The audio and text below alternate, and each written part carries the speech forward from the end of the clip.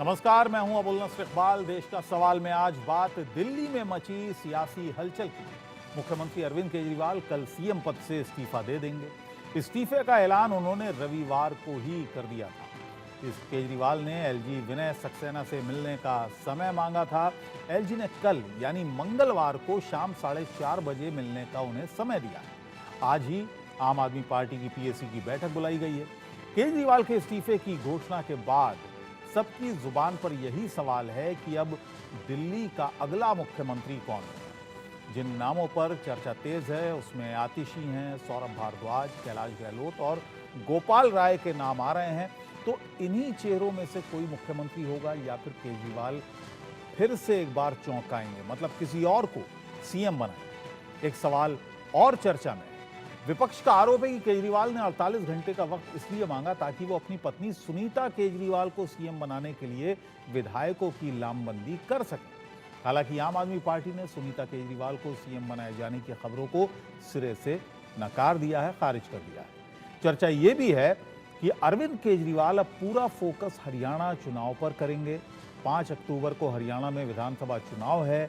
कांग्रेस से गठबंधन ना होने के चलते आम आदमी पार्टी सभी 90 सीटों पर चुनाव लड़ रही है।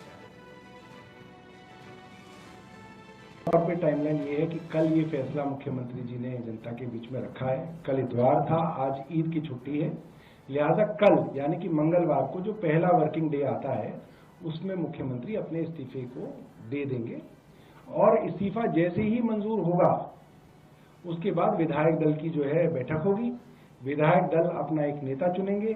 जो नेता चुना जाएगा वो अपना स्टेक टू पावर, जो अपना क्लेम है, वो उपराज्यपाल के माध्यम से राष्ट्रपति को अपना क्लेम देंगे। क्योंकि कोई ऐसी दिक्कत नहीं है, हमारे 60 विधायक हैं, तो जाहिर सी बात है उनको बुलावा आएगा, और जब वो बुलावा आएगा तो फिर वो जो है अपनी शपथ लेंगे। अब तो भाई जो आएंगे वही काम करेंगे, वही एक्शन प्लान बताएंगे। अगर एक्शन प्लान भी मैं ही बना दूं उनका तो फिर कैसे चलेगा। देश में संविधान का राज है, कानून का राज है, और संविधान कहता है कि अगर मुख्यमंत्री जेल जाते हैं तो मुख्यमंत्री को इस्तीफा दे देना चाहिए। उन्हीं की पार्टी का कोई दूसरा मुख्यमंत्री बन जाता है ताकि प्रदेश चलता रहे। लेकिन अरविंद केजरीवाल जी के मामले में दिखता है कि उनका अपना ईगो बड़ा है। दिल्ली की समस्या या दिल्ली का दर्द उनके लिए बड़ा नहीं है। तो अभी जो नुकसान कर दिया है अरविंद केजरीवाल ने दिल्ली का, वो किसी इस्तीफे से पूरा नहीं होगा। अब चूंकि कोर्ट ने इस बार जब बेल दिया, पहले तो बेल नहीं दे रही थी कोर्ट, फिर भी ये कहते हैं कि मैं बेदाग हूं, मेरे ऊपर कोई दाग नहीं। अरे भाई, देश में कोर्ट से बढ़ के तो कुछ नहीं है। पीछे चुनाव में आपको 20 दिन का बेल भी मिला तो भी आपको कंडीशनल मिला था। अब किसी से बात नहीं कर सकते, जितना कंडीशन है उसको देख करके किसी मुख्यमंत्री पद पे बैठा हुआ व्यक्ति शर्म से गड़ जाए। इनको तो शर्म आती नहीं। पहले हेमंत सोरेन जी, हमारे झारखंड के गठबंधन के मुख्यमंत्री को जमानत, और अब अरविंद केजरीवाल जी को जमानत मिल गई है। सुप्रीम कोर्ट ने उनको ये पाया है कि ये केस जमानत के योग्य है। जन्नाटेदार करारा तमाचा है ये मोदी सरकार पर, जो अपने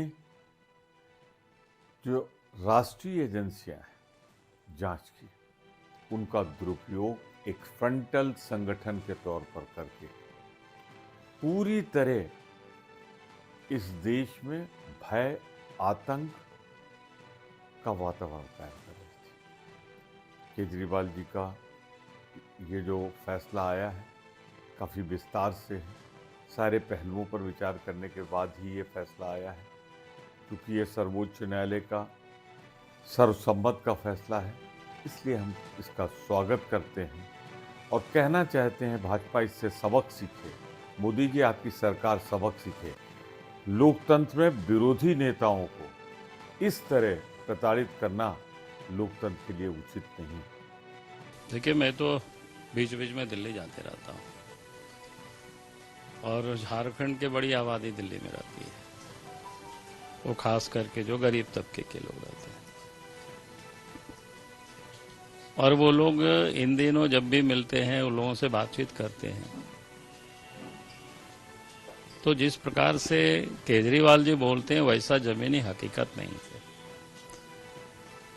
उनको रहने की प्रॉब्लम है, उनके लिए जो बिजली पानी जो स्थिति है वहाँ पर, वो जैसा वो कहते हैं वैसा कुछ नहीं है। आम लोग वहाँ से परेशान होते हैं और वो तो चाहते हैं कि लोग भाई अगर झारखंड डेवलप करे तो हम लोग झारखंड वापस लौट जाएं।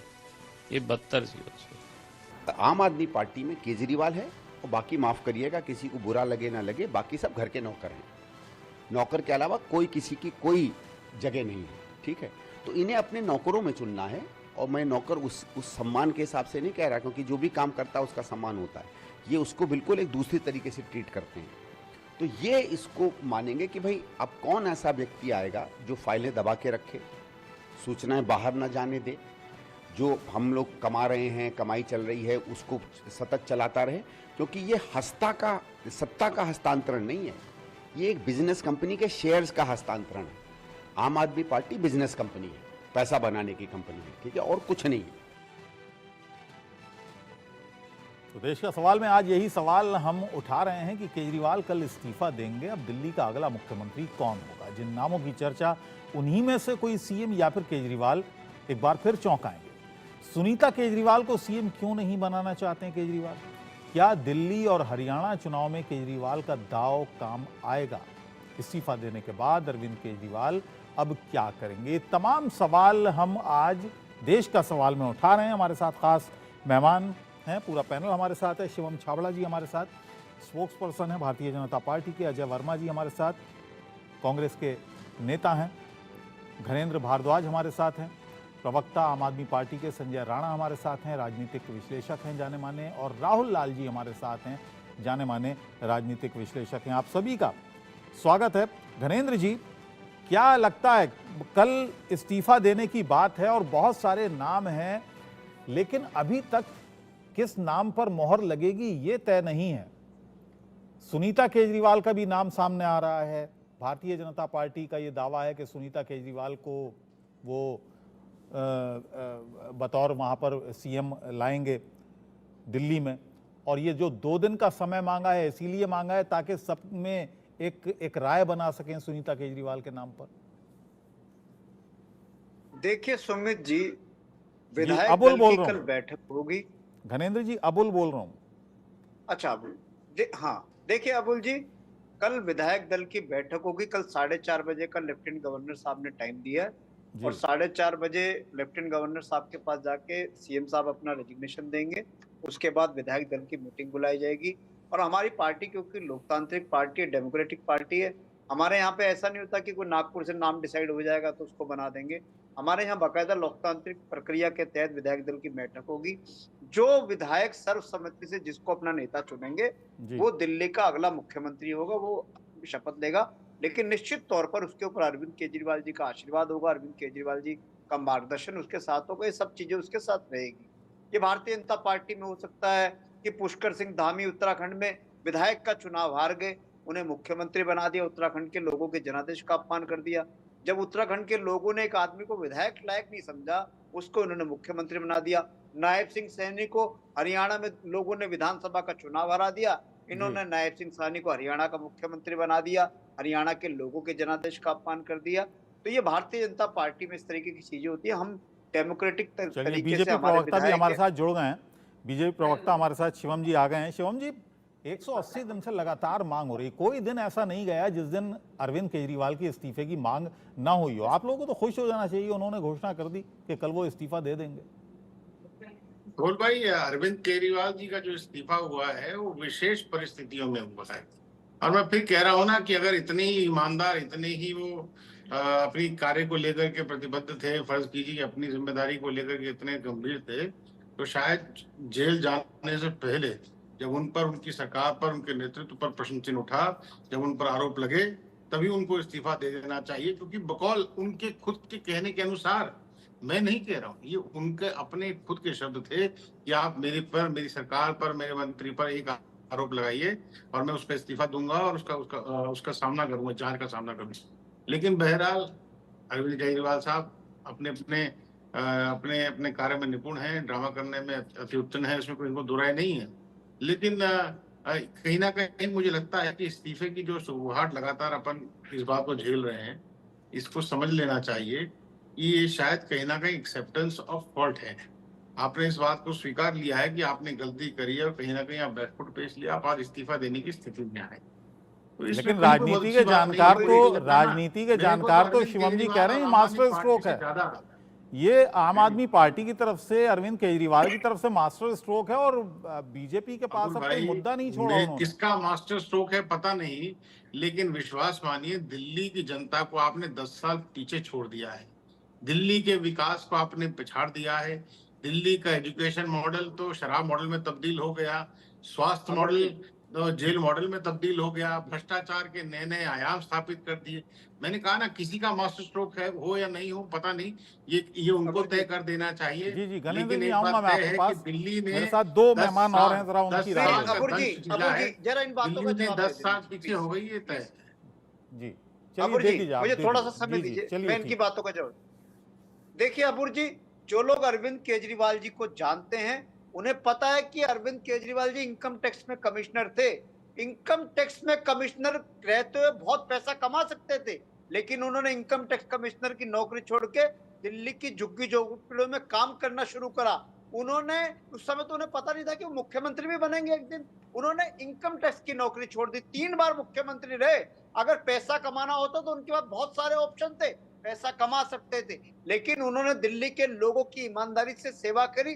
दिल्ली के लोगों के, गरीब के बच्चे के लिए अच्छे स्कूल बनाए, गरीब के बुजुर्गों के लिए अच्छे अस्पताल बनाए, महिलाओं की फ्री में बस यात्रा शुरू करवाई, बुजुर्गों को फ्री में तीर्थ यात्रा कराई, ये अरविंद केजरीवाल ने करा। और ऐसे आदमी को, जिसका पूरा जीवन ईमानदारी से गुजरा हो, उसके ऊपर भारतीय जनता पार्टी ने झूठे लांछन लगा दिए, झूठे आरोप लगा दिए। और ऑनरेबल सुप्रीम कोर्ट ने भी कहा कि सीबीआई पिंजरे में बंद तोते की तरह है। और सीबीआई ने जिस तरीके से अरविंद केजरीवाल जी को गिरफ्तार उस दिन करा जिस दिन ईडी वाले मामले में सुप्रीम कोर्ट ने अरविंद केजरीवाल जी को जमानत दे दी, वो साफ साफ बता रहा था कि सीबीआई की इंटेंशन सिर्फ और सिर्फ अरविंद केजरीवाल को जेल में रखने की थी, क्योंकि पिंजरे के मालिक अमित शाह ने कहा था कि कैसे भी अरविंद केजरीवाल को जेल की सलाखों के पीछे रखो, कैसे भी इसको जेल में डाल दो, ठूस दो, मरने दो, इस तरीके की इंटेंशन थी। अब अरविंद केजरीवाल आए हैं, उन्होंने कहा मैं अग्नि परीक्षा देने के लिए तैयार हूं, मैं दिल्ली के लोगों के बीच में जाऊंगा, दिल्ली के लोग फैसला करेंगे कि अरविंद केजरीवाल ईमानदार है, भ्रष्टाचारी है। हम जनता के बीच में जा रहे हैं। भारतीय जनता पार्टी को चैलेंज है, चुनौती है। अगर चुनाव करवाना हो कल करवा लें, कल करवा लें, परसों करवा लें, 2 महीने बाद करवाएं, नवंबर में कराएं, 6 महीने बाद कराएं। भारतीय जनता पार्टी की दिल्ली में एक भी सीट नहीं आने वाली। पहले हमने कांग्रेस को 0 करा था, अब भारतीय जनता पार्टी को दिल्ली के लोग दिल्ली में 0 करेंगे। 70 की 70 सीटें अरविंद केजरीवाल जी की लीडरशिप में आम आदमी पार्टी जीत के आएगी, आज मैं दावे के साथ कह रहा हूं। ठीक है, वरुण पुरोहित भी हमारे साथ होंगे, कांग्रेस के नेता हैं, उनके पास भी जाएंगे। लेकिन फिलहाल मैं राणा जी का जरा एक रिएक्शन ले लूं, उसके बाद फिर मैं राहुल लाल जी से भी रिएक्शन लूंगा। संजय राणा जी, आपका आकलन क्या कहता है? जितना भी ये सब कुछ हो रहा है, उनके इस्तीफे की घोषणा कि कल वो इस्तीफा दे देंगे, उसके बाद नया मुख्यमंत्री बनेगा, फिर चुनाव जल्दी कराने की बात आ रही है, इसके पीछे की जो रणनीति है, जो राजनीति है आम आदमी पार्टी की, वो क्या है? गुड इवनिंग अबू भाई, good evening to my fellow panel. देखिए, ऐसा है कि मैं हमेशा ये बोलता हूं कि अरविंद केजरीवाल जी की तरह कोई निपुण और चतुर कोई राजनीतिक इस समय देश में नहीं है। इसमें कोई तारीफ है, ये तारीफ है या तंज है, ये जरा बता दीजिए। सर, मैं तारीफ ही कर रहा हूं, मैं तो कभी किसी को कसता नहीं हूं, जिसको जो जिस तरह लेना उस तरह ले सकता है। जिस अंदाज में आपने कहा, तो ये सफाई जरूरी थी कि तारीफ में था या तंज में था। देखिए, उनको ये पता है भी, हमारे ज्ञानंद भाई हमारे मित्र, उन्होंने बोला कि लोग जो केजरीवाल जी को जानते हैं वो जानते क्या करेंगे। उनको जो भी जानता है, उनको पता है कि कितने बड़े अपॉर्चुनिस्ट हैं, सिचुएशन को कैसे हैंडल करना है, इस सिचुएशन के हिसाब से कैसे खेलना है। देखिए, ऐसी बात है, अगर आपको चुनाव कराना है, कल विधानसभा डिसॉल्व कीजिए और इलेक्शन के लिए आप बोल सकते हैं विदिन 6 मंथ मजबूरी हो जाएगी सरकार की, एलजी की कि इस पे इलेक्शन कराया जाए। लेकिन ऐसा नहीं करना है। देखिए, उनको क्या है कि जब तक सिंपैथी गेन कर सकते, जब तक अपनी मीडिया मैनेजमेंट कर सकते, तब तक कोशिश करेंगे। देखिए, पिछले जब से फ्राइडे से मान्यवर बाहर आए 177 दिन के बाद, तो मान्यवर आपने देखा होगा फ्राइडे से लेके आज तक, यानी सोमवार हो गया, तकरीबन 3 वर्किंग डेज कह सकते हैं खत्म होने को आया है जी। और मान्यवर ही टीवी पे चल रहा है। तो ये इनका जो मीडिया मैनेजमेंट है, इस पे तो इनकी मैं हमेशा तारीफ करता हूँ। हमारे भाई ने बोला कि स्कूल बनवाए, अस्पताल बनवाए, रोड बनवाए, इंफ्रास्ट्रक्चर बनवाए, एक स्कूल बता दे, एक हॉस्पिटल बता दे, एक इंफ्रास्ट्रक्चर बता दे। अब भैया जो पंजाब में वादा किया था 36,000 टीचरों का बहाली का, उसका क्या हुआ? ओल्ड पेंशन स्कीम का क्या हुआ? 3,000 रुपए का क्या हुआ? 1,000 रुपए का क्या हो गया? तो सारी चीजें अगर बता दिया जाएगा तो पिछले 7-8 साल में काम नहीं हुए थे। जहां तक काम की चर्चा है, जो लास्ट प्रोक्योरमेंट हुआ था अबुल भाई, वो 2009 में हुआ था, कांग्रेस गवर्नमेंट द्वारा किया गया था बसेस का। और आज देख लीजिए बसेस की खस्ता हालत, जो तकरीबन 6,000 बसें होती थी, अब 3600 बसें रह गई हैं समय दिल्ली के अंदर। तो देखिए, केजरीवाल जी को मैं हमेशा तारीफ करता हूँ, उनसे निपुण और चतुर व्यक्ति और चतुर राजनीतिक नहीं है। इन्होंने कहा, बहुत 30 सेकंड में खत्म कर रहा हूँ, ये इन्होंने कहाँ बहुत अच्छी बात तारीफ बोली। है? सर मैं 30 सेकंड में खत्म कर रहा हूं। इन्होंने बोला कि वो कमिश्नर रह के पैसा कमा सकते थे। अरे कमिश्नर रह करके छोटा लिमिटेड पैसा कमा सकते थे, यहाँ पैसा भी कमा रहे, नाम भी कमा रहे, देशव्यापी नाम, विश्वविख्यात नाम। तो दोनों चीजें कहाँ पे मिलेगी उनको पता है। उनके बराबर मैं किसी को नहीं मानता। उनको मैं सबसे गुणी नेता मानता हूं, जो मीडिया मैनेजमेंट में सबसे अग्रणी है। तो हमारा तो भैया उनको नमन है। और ऐसे नेता अगर हो जाएंगे देश में 2, 4, 5, तो समझ लीजिए देश का भंडागार होने में चलिए समय राहुल नहीं लाल जी का कमेंट ले लें जरा। राहुल लाल जी, आप क्या मानते हैं? आप भी अबुल जी- मानते हैं चतुर नेता? नहीं, मतलब देखिए जैसा अबुल कि जी, संजय राणा जी। संजय राणा जी ने कई टिप्पणियां की, जैसे मीडिया मैनेजमेंट को लेकर टिप्पणी की। हमें लग रहा है कि भारतीय राजनीति में मीडिया मैनेजमेंट के प्रावधान माननीय प्रधानमंत्री जी से बेहतर कौन हो सकते हैं। उनकी बड़ी बड़ी तमाम घोषणाएं, याद हो कि चाहे नोटबंदी की घोषणा हो, वो 8 बजे रात में बिल्कुल प्राइम टाइम में, चाहे वो लॉकडाउन की अलग अलग घोषणाएं हैं, वो 8 बजे एकदम बिल्कुल प्राइम टाइम, जिस समय होता है कि पूरा देश देख ले उन्हें। तो ये सब तो चीज़ें देखिए, हर राजनीतिक दल एक दूसरे से प्रभावित होंगे, करेंगे। मुख्य चीज़ ये है कि आखिर केजरीवाल जब जेल से रिहा हो जा रहे हैं, जो यहाँ पे अभी शिवम छाबड़ा जी सवाल पूछ रहे थे कि भाई जब तक जेल में रहे तब तक उन्होंने इस्तीफा नहीं दिया, अब इस्तीफा दे रहे हैं। तो सवाल तो यह है ना कि पिछले लगातार 6 महीने से, मार्च में वो गिरफ्तार हुए थे, 6 महीने से बीजेपी और तमाम लोग यही सवाल पूछ रहे थे कि वो इस्तीफा कब देंगे। मुख्यमंत्री हेमंत सोरेन भी जेल जा रहे हैं, लेकिन उन्होंने इस्तीफा दिया। देर से ही सही, उन्होंने इस्तीफा तो दे दिया। अब भारतीय जनता पार्टी के पास देखिए कुछ बड़ी मांगे नहीं बच गई हैं। अब वो कह रहे हैं कि 48 घंटे का समय क्यों लिया जा रहा है। अरे भाई, मुख्यमंत्री को अगर दूसरा मुख्यमंत्री चुनना है, विधायक दल के लोगों को अगर बैठक करनी है, तो उसके लिए भी कुछ समय होना चाहिए। मुझे तो लग रहा है कि भारतीय जनता पार्टी का जो मुख्य मुद्दा था, वो उन्होंने उनको मुद्दा विहीन बनाने का प्रयास किया है कि ठीक है, इस्तीफा चाहिए, इस्तीफा चाहिए। लगातार हम लोग पिछले 6 महीने से, मार्च से हम लोग यही चीजें सुन रहे थे। अब उन्होंने वो मांग भी पूरी कर दी है। देखिए, भारतीय जनता पार्टी की मुख्य समस्या क्या है? देखिए, हमें लग रहा है कि पिछले 6 चुनाव अगर हम लोग देखें, दिल्ली के 6 विधानसभा चुनावों को अगर देखें, भारतीय जनता पार्टी का वोट प्रतिशत भी ठीक रहता है, 31 से 36%, 37% तक उनके वोट शेयर भी जाते हैं उनके पास। लेकिन कहीं न कहीं चेहरे के मामले पे, कि जिस तरह से आम आदमी पार्टी ने केजरीवाल को एक बड़ा सा चेहरा बना दिया। अब देखिए, बीजेपी का धर्म संकट की, बीजेपी के लोगों का भी अभी लग रहा है कि देखिए, 2 लोगों को तो उन्होंने पहले कह दिया कि अरविंद केजरीवाल मुख्यमंत्री नहीं बनेंगे, मनीष सिसोदिया मुख्यमंत्री नहीं बनेंगे। इसका मतलब है कि उनके पास मुख्यमंत्री के लिए कई और चेहरे भी हैं, जो नए चेहरे हम लोग को शायद देखने के लिए मिलेंगे।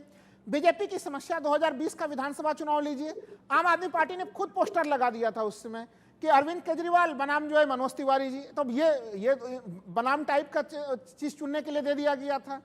शिवम छाबड़ा जी यहाँ पे पैनल में मौजूद हैं, काफी दिल्ली के पुराने नेता हैं, लेकिन पार्टी को जिस तरह से उनको महत्व प्रदान करके उनको एक बड़ा चेहरा बनाया जाना चाहिए। अभी भी नाम का घोषणा कर दे तो अभी भी मुझे लग रहा है कि भारतीय जनता पार्टी को लाभ की स्थिति होगी।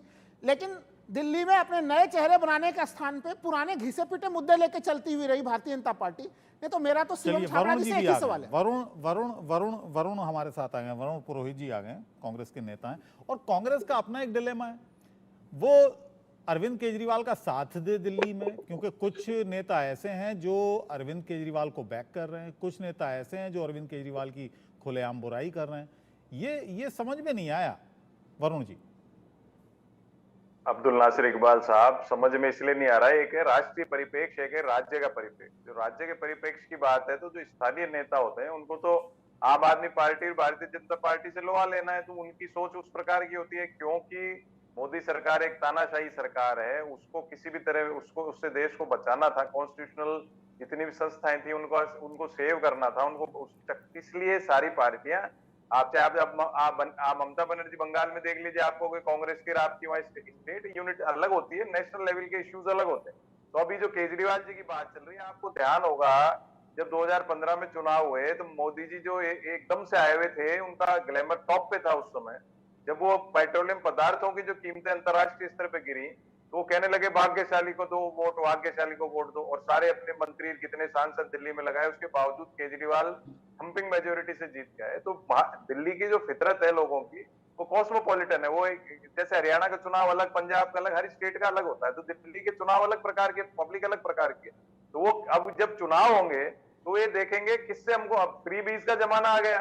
ये बात तो तय है कि केजरीवाल जी जो party politics with the difference की बात करके आए थे, वो रहा नहीं। वो एक से, जैसे सब जनता के दिमाग में सब पॉलिटिशियंस एक से, जैसे अटल जी अडवाणी जी के टाइम बीजेपी थी तो पार्टी विद द डिफरेंस कहलाती, मोदी जी ने उस चीज को खत्म कर दिया, सब कर दिया, भाई एक सी है सारी पार्टियां, एक तरह से नेता है सारे। तो पब्लिक के दिमाग में ही आ गया कि जो पार्टी और नेता उनको ज्यादा फायदा पहुंचाए, राहत पहुंचाए, उसको वोट दो। तो खास तौर से मिडिल क्लास और लोअर मिडिल क्लास तो जीवन संघर्ष में ही परेशान है जब से पूंजीवादी व्यवस्था देश में आई है। तो उसको अगर केजरीवाल की नीतियों से उनको आराम मिला है तो केजरीवाल का अपर हैंड रहेगा। और भारतीय जनता पार्टी की जो राष्ट्रीय राजनीति में जो पकड़ थी, वो इस चुनाव में 4 जून को ढीली हो गई। वो इसलिए हो गई कि इनका फोकस महंगाई और बेरोजगारी पे कतई नहीं है। इनका फोकस जो है पूंजीवाद को किसी भी तरह देश में बढ़ाना है, और वो बढ़ नहीं सकता क्योंकि हम 140 करोड़ का देश हो चुके, उससे भी ज्यादा हो गई पॉपुलेशन, रिसोर्सेज है कम।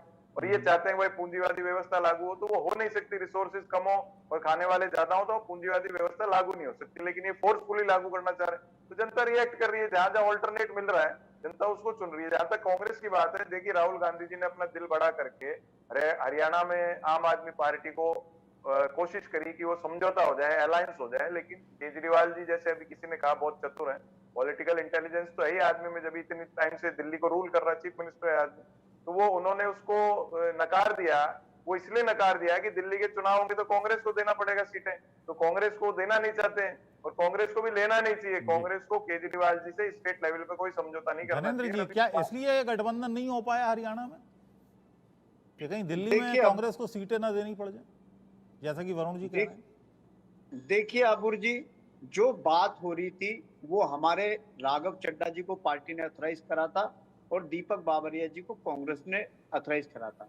तो दीपक बाबरिया जी और राघव चड्ढा जी को पता होगा, राहुल गांधी जी को पता होगा, प्रियंका जी को पता होगा, मल्लिकार्जुन खड़गे साहब को पता होगा, हमारी पार्टी के राष्ट्रीय संगठन महामंत्री संदीप पाठक जी को पता होगा, और निश्चित तौर पर मनीष सिसोदिया जी और अरविंद केजरीवाल जी को भी पता होगा।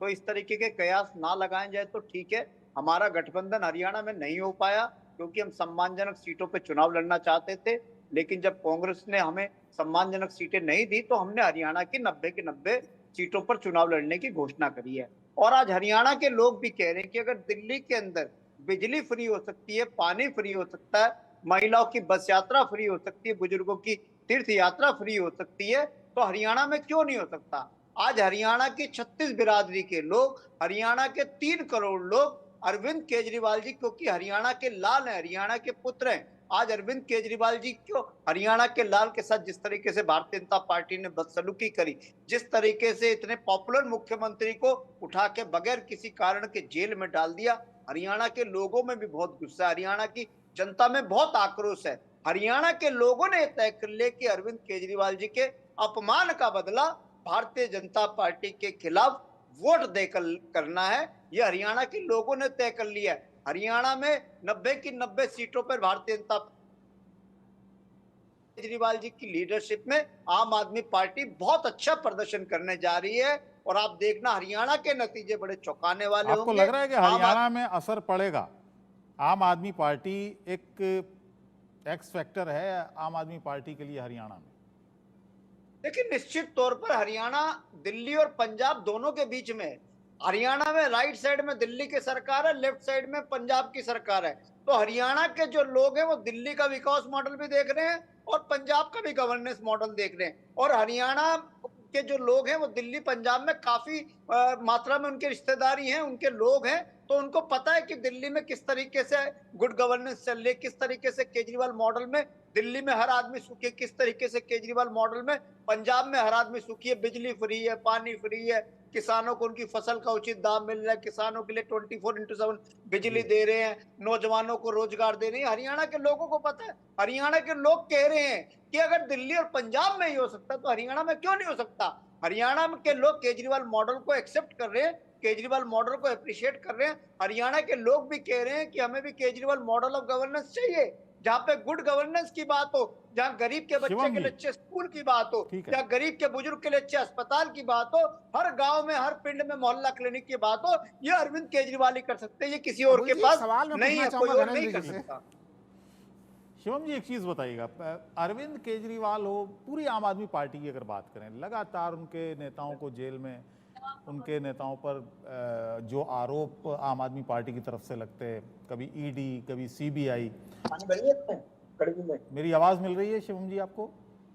बिल्कुल बिल्कुल मिल रही। मेरा एक सवाल है कि यहाँ पर सुप्रीम कोर्ट से जमानत भी मिली, सुप्रीम कोर्ट ने सीबीआई को तोता भी बता दिया, पिंजरे का तोता बता दिया, ये तमाम चीजें भी हुई, तो इसमें आपको नहीं लगता कि पार्टी की एज ए होल बड़ी किरकिरी हुई भारतीय जनता पार्टी की? देखिए भाई, समझने का विषय यह है कि अरविंद केजरीवाल जी, मनीष सिसोदिया, सत्येंद्र जैन जी, संजय सिंह जी जेल के अंदर कोर्ट के आदेश पर जेल की यात्रा करके आए हैं, भारतीय जनता पार्टी की इच्छानुसार नहीं करके आए। इसको समझना चाहिए। कोर्ट के आदेश पर कोर्ट ने फील किया कि उनके खिलाफ में सब्सटैंशियल एविडेंस है और कहीं ना कहीं सब्सटैंशियल एविडेंस को ध्यान में रखते हुए उन्होंने कहा कि साहब इनको जुडिशियल कस्टडी दी। शायद मुझे लगता है कि अपने पैनल पर जो हमारे लीगल हमारे जो मित्र हैं वो शायद इस पर थोड़ी ज्यादा प्रकाश डाल पाएंगे जो मैं बात कहना चाहता हूँ। रही बात जांच की, अब जांच करना तो सरकार का काम है कि नहीं है, आप बता दीजिए।